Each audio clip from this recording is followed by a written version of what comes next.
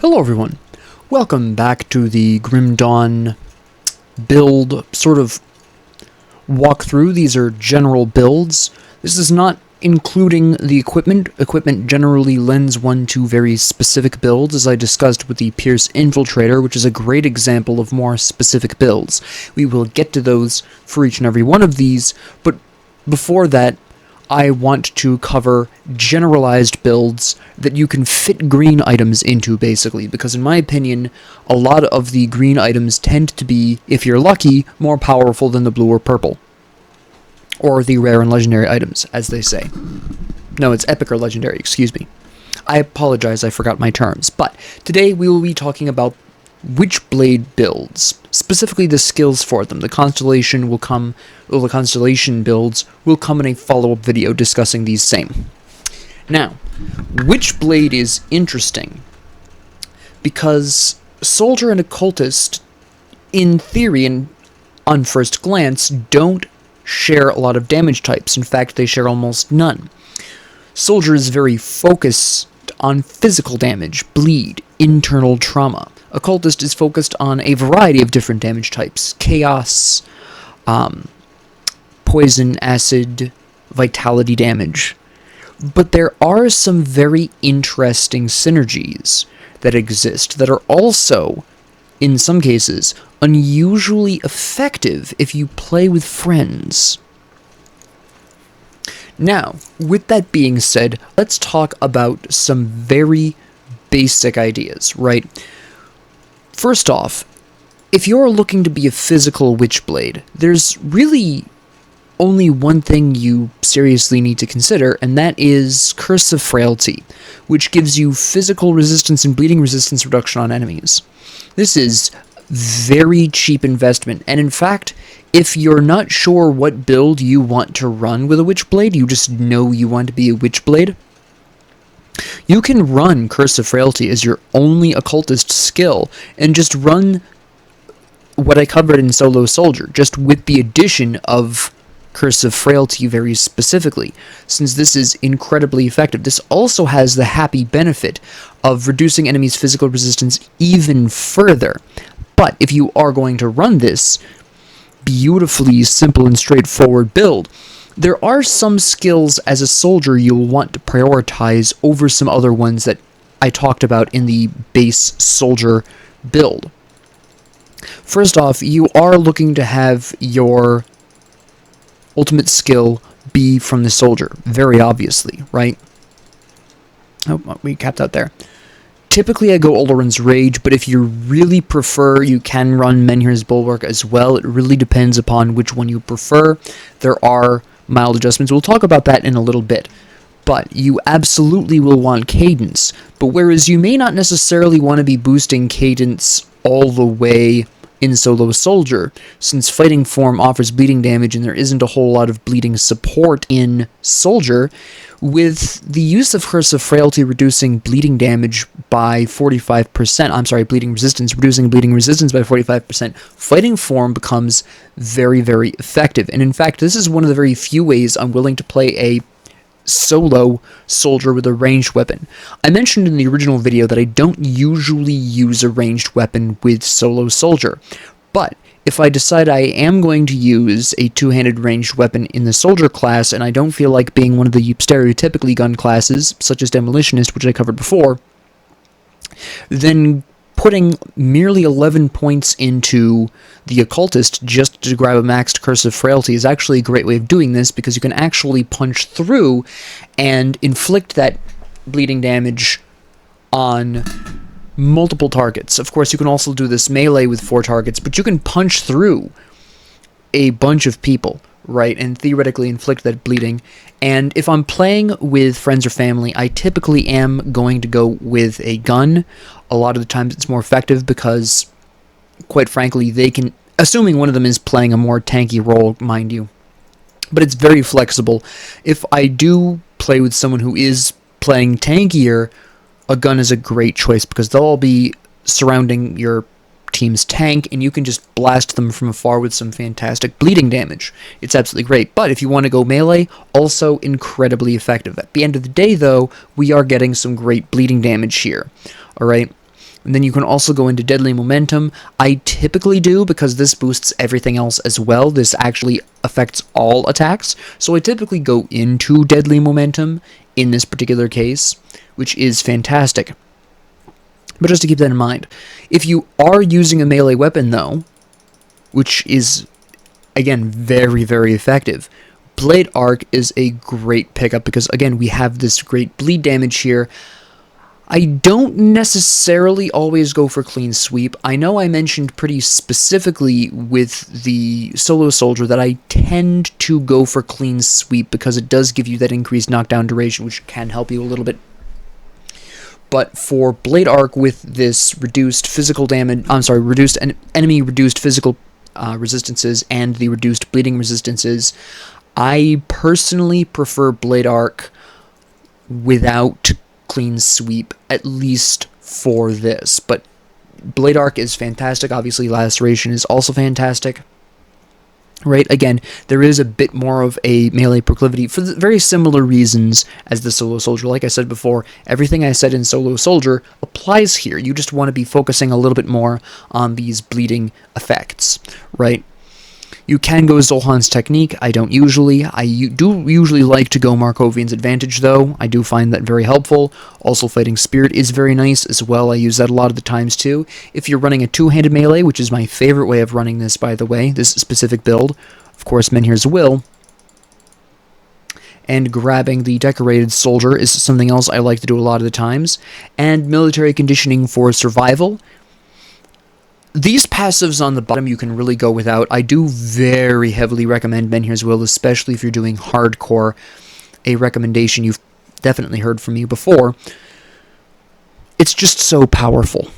Whether or not you go Military Conditioning or Decorated Soldier is entirely your preference. I like to because, again, when I'm playing a build with the Soldier, I'm typically looking for something pretty straightforward, pretty simplified. That's what the Soldier's good at. And that's what some people like, and sometimes I just feel like in the mood of just holding down and slapping, right? And you can slap on with just 3 keys, Curse of Frailty, Blade Sweep, and Cadence, of course, replaces your auto attacks. But wait, there's more. Of course, there's the constant favorite of Warcry, which, again, we can run Terrify, and I usually do with this as well. Again, whether or not you actually devote more points to this is entirely up to you. I don't in this general case, because having an increased target meter area rarely matters. If you're running a gun, as I mentioned earlier, you would probably get more out of putting points into Warcry, I'll be really honest with you. But you don't have to. But absolutely, Terrify is fantastic, right? Reduce those resistances even further. Flat reduction, absolutely a great time. Whether or not you go with Blitz or not is totally up to you. It depends on if I'm going to go into the Shattered Realm. If I'm going into the Shattered Realm, absolutely Blitz. If I'm not going to take this character into the Shattered Realm, I tend to prefer Force Wave. Again, something you've heard from me before.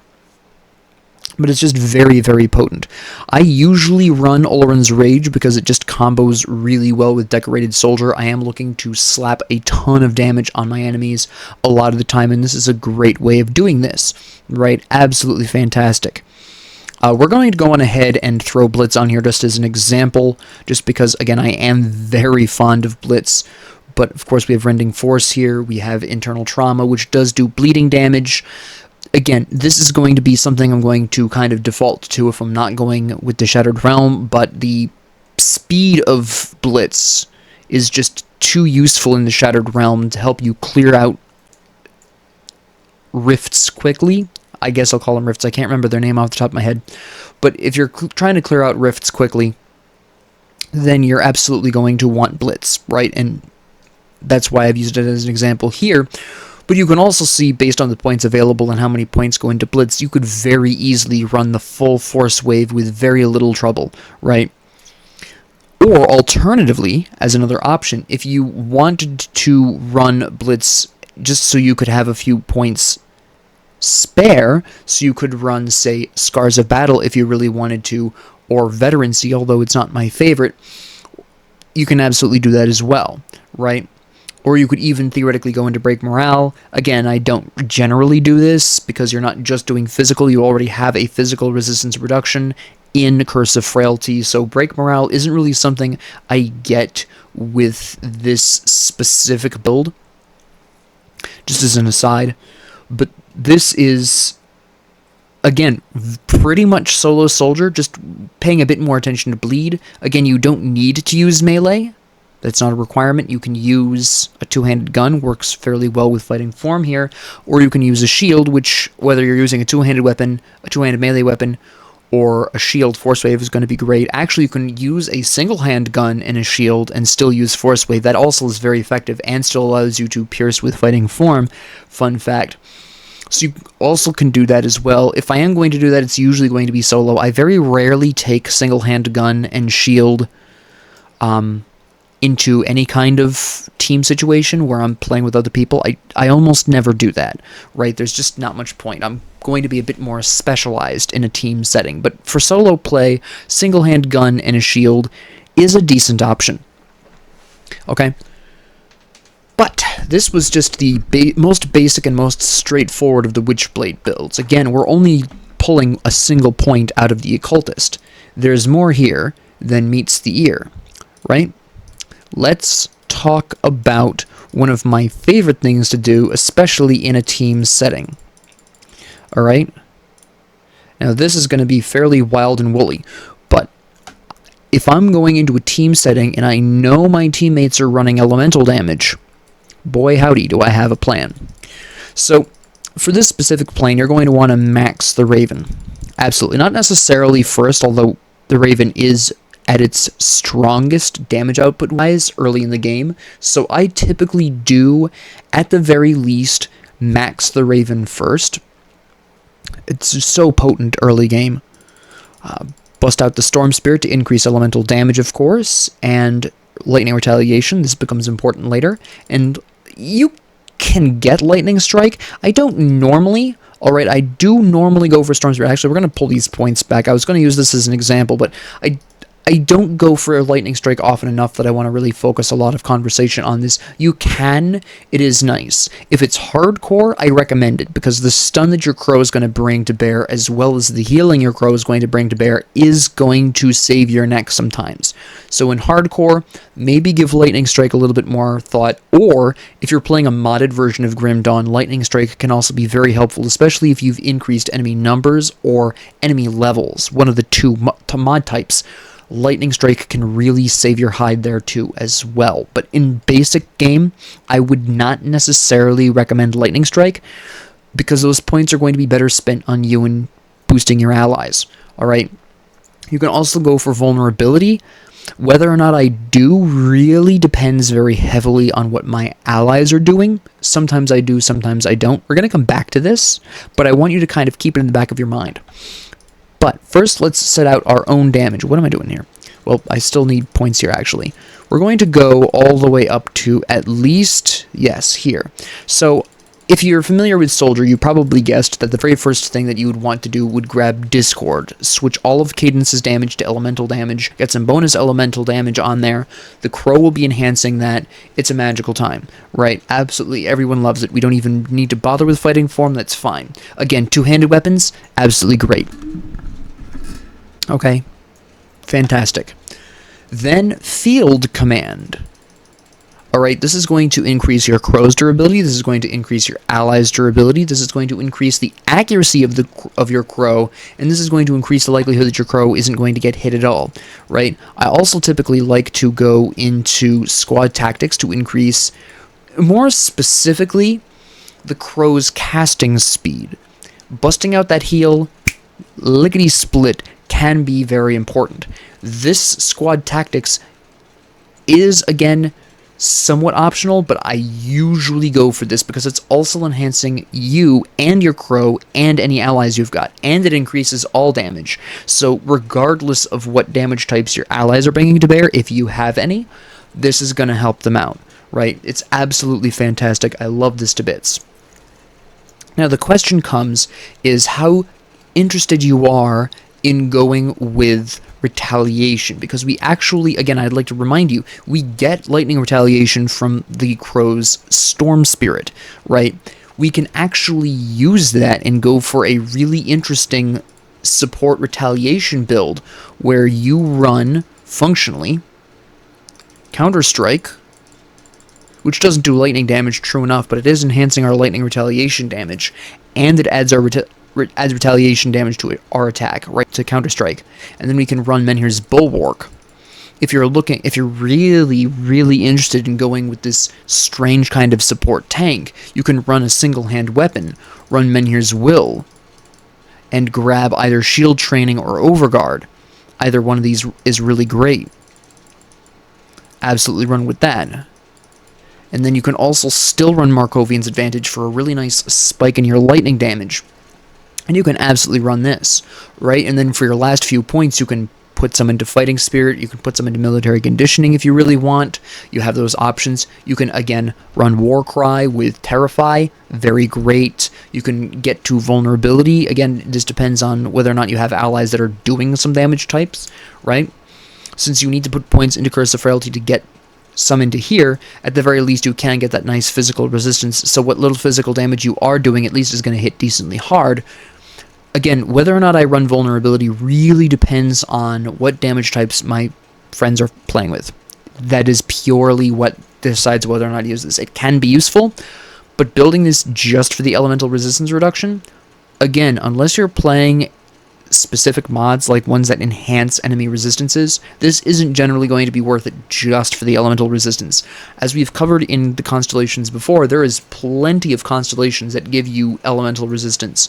That's not really a big deal just for the elemental resistance by itself, right? And again, you can go for Vulnerability instead of Markovian's Advantage, and if I'm playing with friends, that is something I have been known to do, right? I'm just listing out options for you. You absolutely want Cadence, you absolutely want Discord, you absolutely should have Field Command, and I usually go Squad Tactics. If you want to go with the Retaliation build, you can go Counter-Strike and Menhir's Bulwark. At the very least, I do recommend Menhir's Bulwark, even if you don't want to go Counter-Strike, because this is, again, still going to enhance your retaliation damage. This is going to enhance your healing effects, including your potions. It is going to give you damage absorption. So even if you're not looking to go with a full Retal build, or at least this is actually a half Retal build, to be honest, to quote the meme, even if you go with a half Retal and you don't want Counter-Strike, that's fine. This is really optional. This is only if you're really going die hard into Retaliation, but you don't need to, right? But I do recommend, if you are running the Aurabot support type role, I do, again, really recommend Menhir's Bulwark. Whether you use this with two-handed weapons or a shield, totally up to you. I have Overguard and Shield Training here as examples, but again, if you're running two-handed melee, you wouldn't use these. You would be using instead Military Conditioning, and maybe you would use some of the spare points to, again, go back to Vulnerability and run this, right? Totally an option. You could also add in Blood of Dreeg if you wanted some acid retaliation. I recommend against this because you're basically would be running at minimum, again, like with Counter-Strike, 2 different versions, but you don't have as much. Well, I suppose if you really were interested, you could run Vulnerability and run Blood of Dreeg on top of that, because the acid retaliation would do a little bit better with that. It does heal you. It can work. I tried it. I tried it a while ago. A couple of years ago, and it wasn't that effective. It might be different now. I would have to retest that, but it is an option if you want it there. You don't even need to invest any more points in the Occultist Mastery Bar. If you wanted to access that, totally fine. If your allies are already doing acid damage, I do recommend this. This is actually very effective in that specific circumstance, because this also applies to nearby allies, including the heal. So you can be healing your allies, your Crow can be healing your allies, they're doing acid retaliation, which is great for them because they're doing acid damage, you're boosting their acid damage. That can get very messy very quickly, but in solo games, I would recommend against Blood of Dreeg, okay? Unless, again, you're on hardcore and you want that healing, in which case there is an issues there. But we have that very interesting time, but then we have, of course, the slightly modified version, pull these points out here individually because we're just going to go to the soldier and undo points here. There is, of course, a different kind of retaliation option. You can, of course, actually there's a great fun thing you can do with a couple of different options here. Blood of Dreeg, right? Get that acid retaliation. And then you can go with a variety of different things here. Actually, let's take this conservatively. I'm gonna build up to this. Let's not be hasty here. Oop. Get that point in there. Right? So let's say you want to go actual full retail. Okay? You just want to go all in on the retaliation. Blood of Dreeg, great start. Aspect of the Guardian, fantastic. Total immunity to poison and acid damage. Well, on paper. Obviously, it doesn't functionally work like that exactly in real life, but, you know, great. And then you would run Dreeg's Evil Eye, because lo and behold, when you get to Terrifying Gaze, you start adding on that vitality damage, and when you get to good old Vile Eruption, you're just doing a lot of poison and acid damage, right? You're having a great time there, right? Reduce target's physical damage, right? You can do an absolutely great amount, and this is going to hit... See, the thing is, Aspect of the Guardian enhances both acid and vitality damage, so the Eye of Dreeg, even though it no longer increases its damage based on retaliation damage, it used to, and that made it really interesting for full retail builds. But even without that retaliation damage added on, you're still doing poison, acid, and vitality damage, which Aspect of the Guardian enhances. Again, I'm a huge fan of Focused Gaze. I really like the huge damage spike. It combos extremely well with Aspect of the Guardian, and if you are running this, I do very much recommend running the actual Focused Gaze. I find it incredibly useful. Okay? Absolutely amazing. And then from here, you can absolutely... Again, you can go into Markovian's Advantage. It is something I'm very fond of. You don't need to, though. But what I do recommend with this build, at minimum, is Fighting Spirit. Right? You're going to get hit. You're looking to do retaliation damage anyways. This is great. Also, I strongly recommend Military Conditioning for similar reasons. This is a retail build. You want to get slapped. You want to be able to survive the slaps. Fighting Spirit really helps with this. Increase your poison acid damage. Increase your retaliation damage. It's a lovely time. It may activate every time you're hit, and you want to get hit, so it's a lovely day. Absolutely fantastic, right? Everyone loves to see it. But now you have a choice. You have a couple of different interesting options. My usual choice is to go all the way up to Possession, just to increase my regular damage a little bit more, and to get Skill Disruption Protection, which basically just ensures that I'm not going to get, you know, blocked out of using my spells.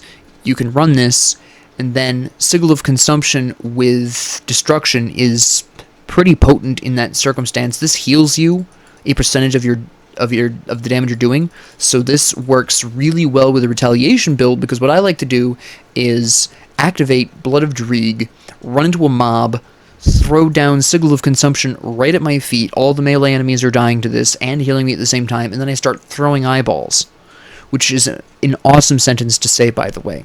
You should try it. This is fantastic. Okay, this is what I personally use. Again, it's not a full retail build, because full retail builds are typically a little bit less exciting to play. They're a bit riskier to play, especially in hardcore and modded games. Retail builds are obviously a bit more difficult to run, because you're kind of taking your life into your own hands by relying on you getting hit, which isn't healthy, obviously. So I do like to combine it with some non-retail items. Sigil of Consumption is great for this, and this is usually where I'll go into. Sometimes I'll get Curse of Frailty and Vulnerability, especially if I'm playing with allies again. Sometimes I'll go for a shield. I'll grab Menhir's Will. Actually, a lot of the times I run a shield. I run Menhir's Will and I'll run Overguard, and I'll also use Shield Training a lot of the time, right? And of course, I'll usually throw points into Markovian's Advantage, have a great time with the single point and Blitz, and then at that point, it's just putting a couple of points. This is usually how I run this, by the way, just really quick. Single point there, 2 points here just for some extra stats. Have a nice day. And this is something I find very, very effective, alright? But there are alternatives. You could, if you really wanted to, instead of using the Sickle of Consumption, you could use Bloody Pox, which is extremely damaging. Also does vitality damage later on. It grabs poison here, which is, of course, also very potent as well.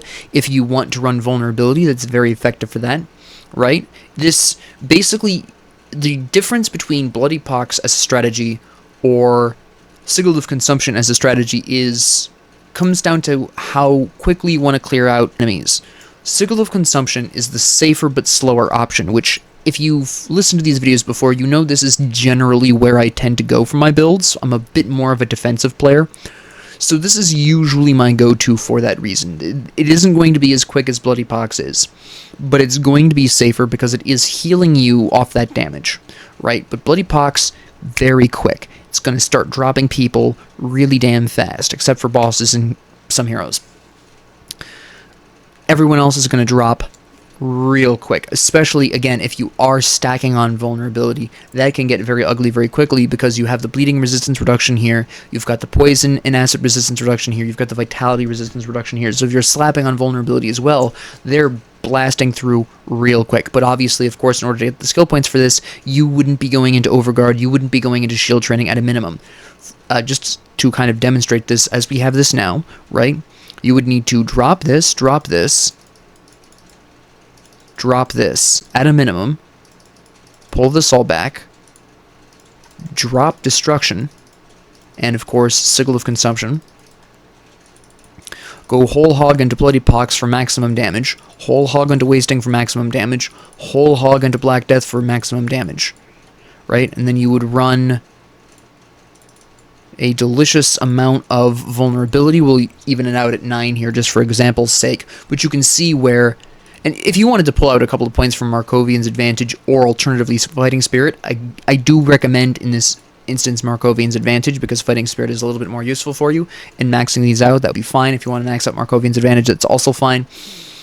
That's generally going to be how that works. If you really, and this probably occurred to you, you could drop Markovian's Advantage or Fighting Spirit and put these points into Sickle of Consumption, make it a little safer. Or, alternatively, you can run Sickle of Consumption instead of Curse of Frailty and Vulnerability, make it a little safer, you kind of combine the two. Something I have done. Something I typically do in modded games, actually, where I will run instead of Vulnerability and Frailty. My math is... Nope. Come back here, get rid of Markovian's Advantage really quick. Grab this. And then I'll typically just run this up for the stats and put a single point into Blitz if I'm going to run this way. Now, this works for most situations. The only situation I've found this specific setup doesn't really work for is any mod that increases enemies' stats, specifically their resistances, in which case you're really going to want Vulnerability, because there's, unlike with the elemental resistance reductions, there isn't as many reductions to poison, acid resistance, or vitality resistance. I think there's only one of each. There might be 2 of the poison acid resistance. I might be having a brain fart right now, but I'll cover that in the next video regardless, so you don't need to worry about that right now. Anyways, yeah, other than mods that enhance enemy resistances, this is generally really safe as well. Any combination of these skills is going to do really well for you, okay?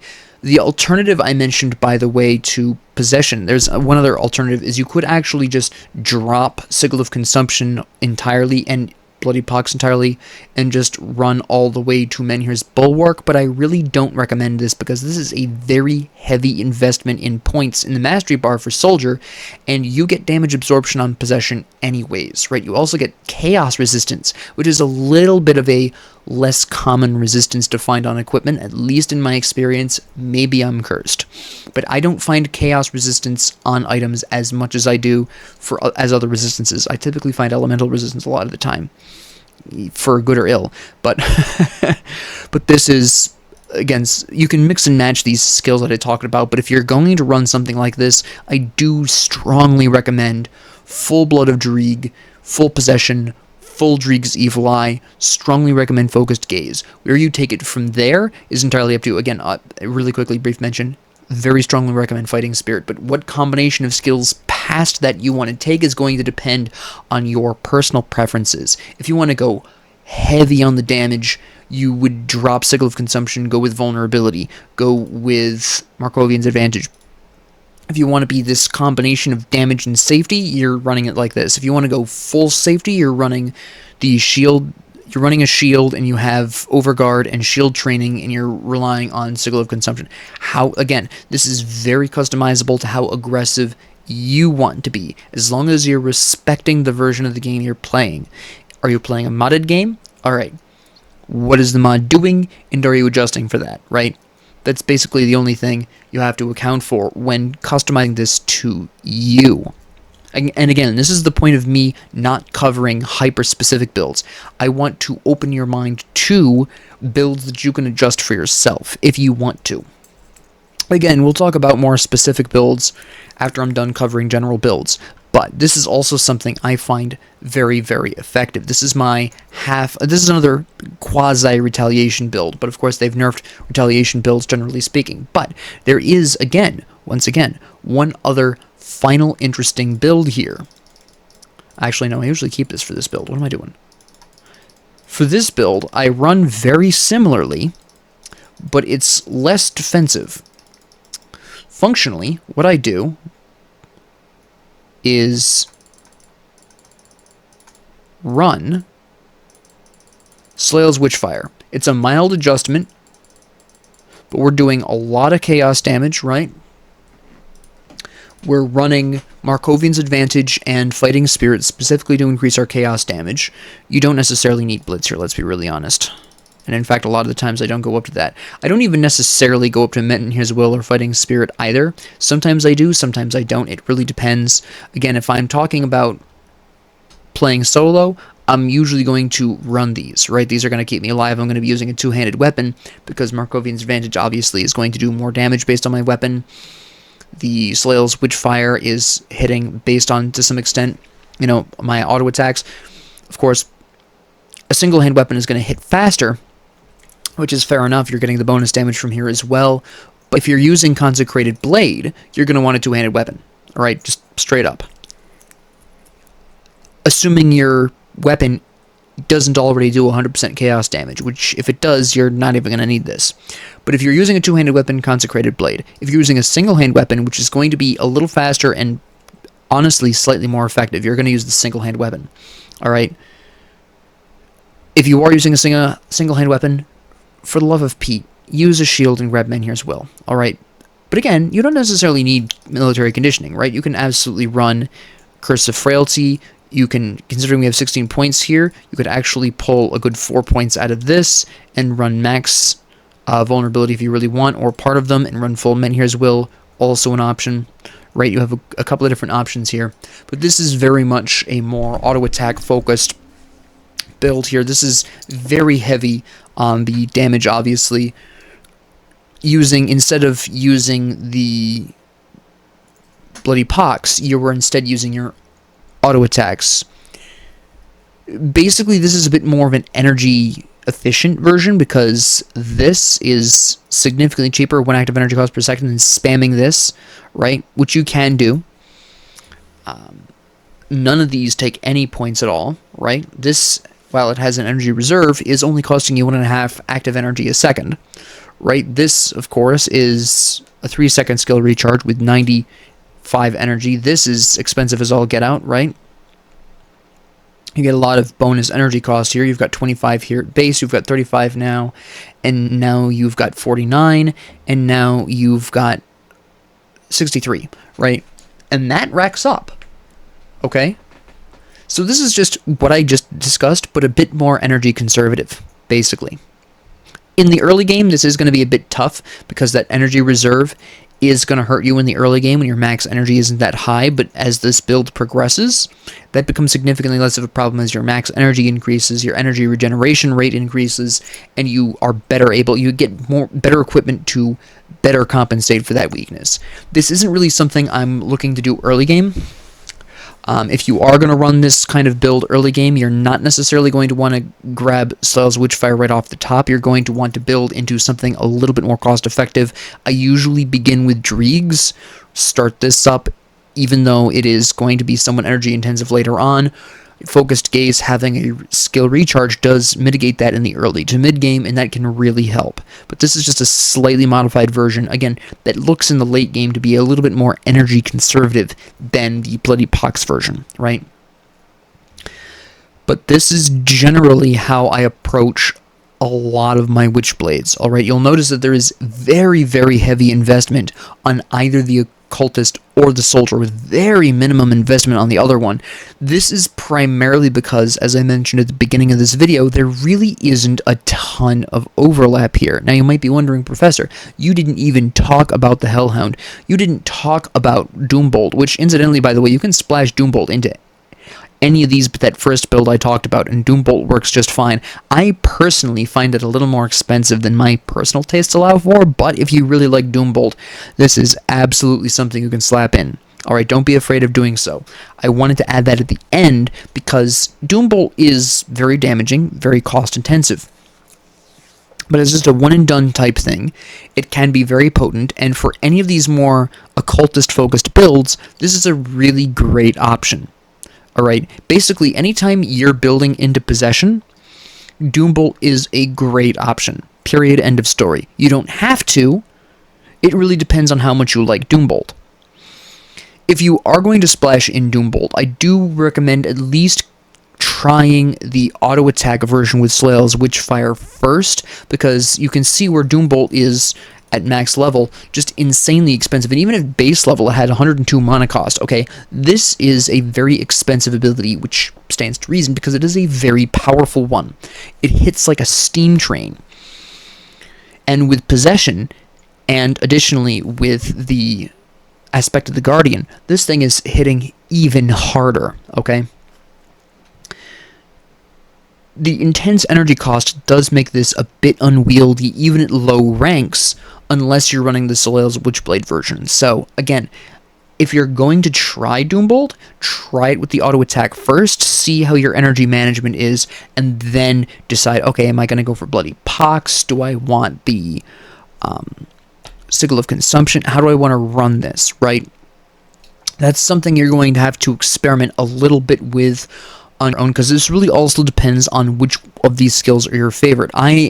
As I mentioned earlier, I am a huge fan of Sigil of Consumption, so I typically run this, right? Again, I'm a bit more of that defensive type player. So that's my personal favorite out of the Occultist set.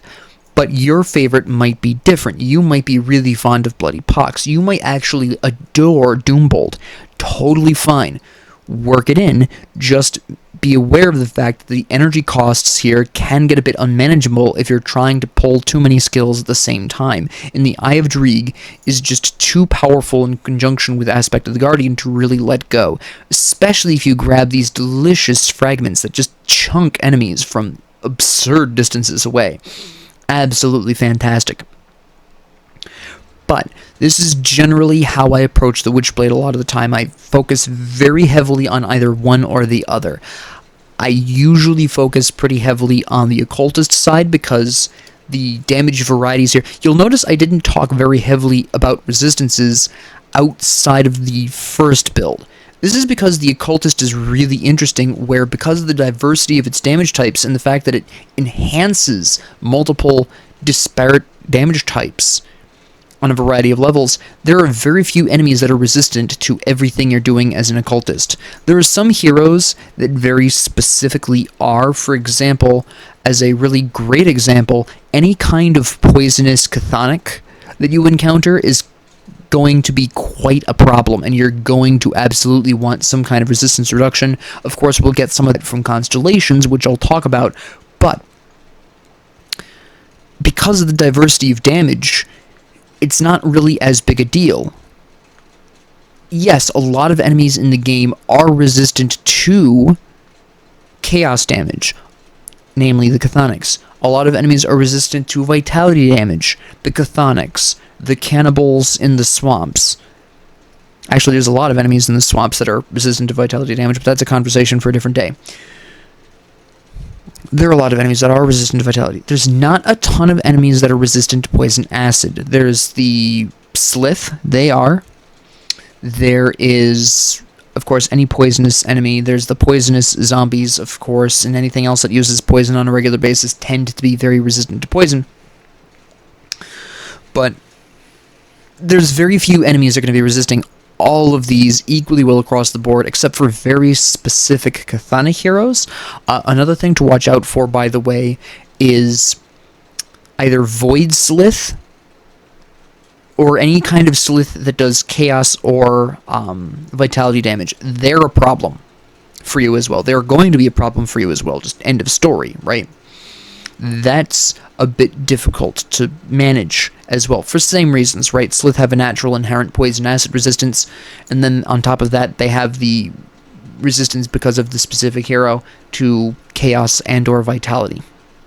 So there are very specific heroes that are going to be a struggle for you, but generally speaking, most enemies will resist one, maybe two of your damage types, but the third one's going to get through just fine. And again, we still have constellations to talk about that will be reducing those resistances, but that's why I really wasn't talking too heavily about resistances here, and this is why a lot of conversations about occultists don't necessarily talk about resistance reduction, as much.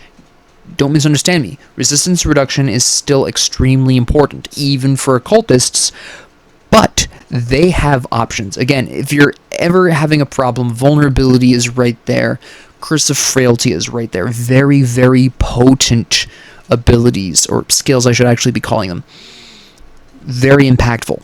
But with that being said, thank you all very much for joining me. We'll be talking about constellations for the Witchblade, for general constellations for the Witchblade in the next episode.